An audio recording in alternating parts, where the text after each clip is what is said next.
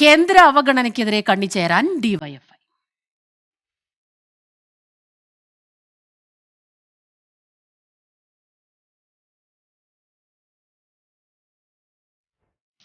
കേന്ദ്ര സർക്കാരിന്റെ നയങ്ങളിൽ പ്രതിഷേധിച്ച് ഡിവൈഎഫ്ഐ കാസർഗോഡ് മുതൽ തിരുവനന്തപുരം വരെ സംഘടിപ്പിക്കുന്ന മനുഷ്യച്ചങ്ങല അല്പസമയത്തിനകം തുടങ്ങും.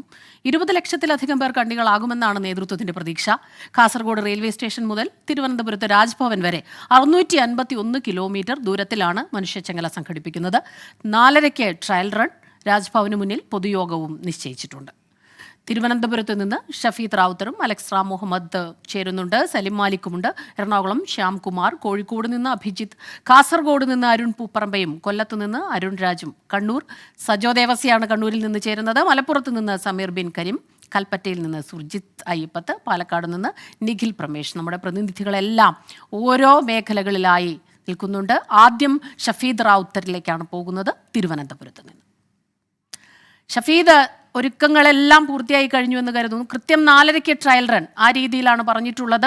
നേരത്തെ തിരുവനന്തപുരത്തു തന്നെ 1 ലക്ഷത്തിലേറെ പേർ പങ്കെടുക്കുമെന്നുള്ള പ്രതീക്ഷ പങ്കുവച്ചിരുന്നു നേതാക്കൾ.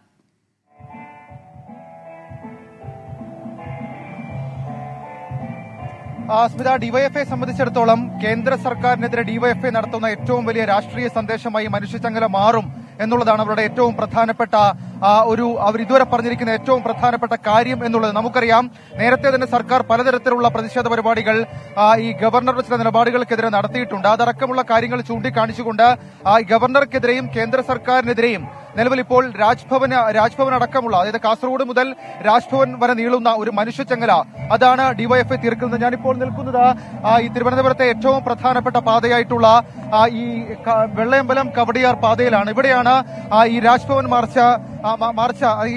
ഈ ഡിവൈഎഫ്ഐയുടെ മനുഷ്യച്ചങ്ങല അതിന്റെ അവസാന കണ്ണി എത്തി നിൽക്കുക. LDF കൺവീനർ EP ജയരാജനായിരിക്കും ഈ മനുഷ്യച്ചങ്ങലയുടെ അവസാന കണ്ണിയായി മാറുക എന്നുള്ളതും ഏറ്റവും പ്രധാനപ്പെട്ട കാര്യമായി നമുക്ക് ചൂണ്ടിക്കാണിക്കാൻ കഴിയും. ഇന്ന് വൈകിട്ട് 4:30 ട്രയൽ റൺ എന്ന നിലയ്ക്ക് കാസർഗോഡ് നിന്ന് ആരംഭിക്കുന്ന മനുഷ്യച്ചങ്ങല, അല്ലെങ്കിൽ കാസർഗോഡ് നിന്ന് ഈ മനുഷ്യച്ചങ്ങല തുടങ്ങുന്നത് 5 മണിക്ക് ഏതാണ്ട് 10 മിനിറ്റോളം നീളുന്ന മനുഷ്യച്ചങ്ങല ഉണ്ടാകും. അതിനുശേഷം പല സ്ഥലങ്ങളിലും പൊതുസമ്മേളനം അടക്കമുള്ള കാര്യങ്ങളും ഇതുമായി ബന്ധപ്പെട്ട് ഉണ്ടാകും എന്നുള്ളതാണ് നിലവിൽ ഡിവൈഎഫ്ഐയിൽ നമുക്ക് ലഭിക്കുന്ന വിവരം. വിവിധ ട്രേഡ് യൂണിയനുകളും വിദ്യാർത്ഥി സംഘടനകളും മനുഷ്യച്ചങ്ങലയിൽ അണിചേരും. 20 ലക്ഷം പേർ ഈ പരിപാടിയിൽ പങ്കെടുക്കും എന്നുള്ളതാണ് ഡിവൈഎഫ്ഐ നേതൃത്വം ഇതിനോടകം നൽകുന്ന വിവരം. കാസർഗോഡ് റെയിൽവേ സ്റ്റേഷന് മുൻപിൽ നിന്ന് ഡിവൈഎഫ്ഐ ദേശീയ പ്രസിഡന്റ് A റഹീം മനുഷ്യച്ചങ്ങലയുടെ ആദ്യ കണ്ണിയാവുക. അവസാന കണ്ണിയായി നമ്മൾ മുൻപ് സൂചിപ്പിച്ചതുപോലെ തന്നെ LDF കൺവീനർ EP ജയരാജൻ മാറുകയും ചെയ്യും. ഇപ്പോൾ ഈ രാജ്ഭവന് മുൻപിലെ പ്രധാനപ്പെട്ട വേദിയിൽ മുഖ്യമന്ത്രിയുടെ മകൾ വീണ വിജയൻ ഉൾപ്പെടെയുള്ള ആളുകളും അതേപോലെ തന്നെ ഡിവൈഎഫ്ഐയുടെ സംസ്ഥാന നേതാക്കളും ഇതിനോടകം തന്നെ ഇവിടെ എത്തിച്ചേർന്നിട്ടുണ്ട്. മാത്രവുമല്ല, ഡിവൈഎഫ്ഐയുടെ ദേശീയ നേതാക്കളടക്കം ഇവിടെ പങ്കെടുക്കും എന്നുള്ളതാണ് നമുക്ക് നിലവിൽ ലഭിക്കുന്ന വിവരം. ഏതായാലും ഈ പരിപാടി കേന്ദ്ര സർക്കാരിനെതിരെ വരും ദിവസങ്ങളിൽ സംസ്ഥാന സർക്കാർ നടത്താൻ പോകുന്ന മറ്റു പരിപാടികളുടെ ഒരു തുടക്കമായി മാറും എന്നും ഡിവൈഎഫ്ഐ വിശേഷിപ്പിക്കുന്നു. സംസ്ഥാനത്തെ സംബന്ധിച്ച് സംസ്ഥാനത്തെ ഏറ്റവും പ്രധാനപ്പെട്ട ഒരു യുവജന സംഘടന അവർ കേന്ദ്ര സർക്കാരിനെതിരെ നടത്തുന്ന ഒരു മനുഷ്യച്ചങ്ങല അത് രാഷ്ട്രീയമായി ഒരു ചർച്ചാ വിഷയമാക്കി മാറ്റുക എന്നുള്ളതാണ് നിലവിൽ ഇപ്പോൾ ഡിവൈഎഫ്ഐ ലക്ഷ്യം വെക്കുന്ന ഏറ്റവും പ്രധാനപ്പെട്ട കാര്യം.